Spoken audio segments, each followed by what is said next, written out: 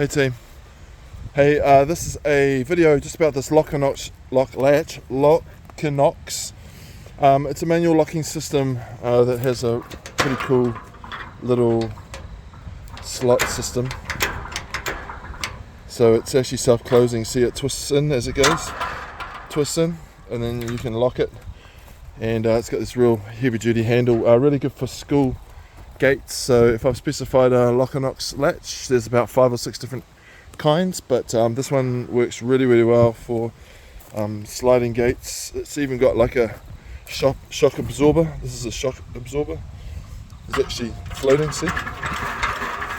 It's floating on some sort of spring system so that you can self-close when it comes in.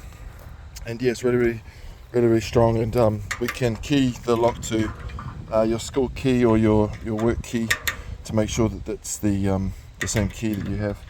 Same goes with all the pull top latches and stuff like that. So that's the Locinox latch. I hope that's helpful if you're doing a sliding gate and you're looking for a key locking system. That's what you want.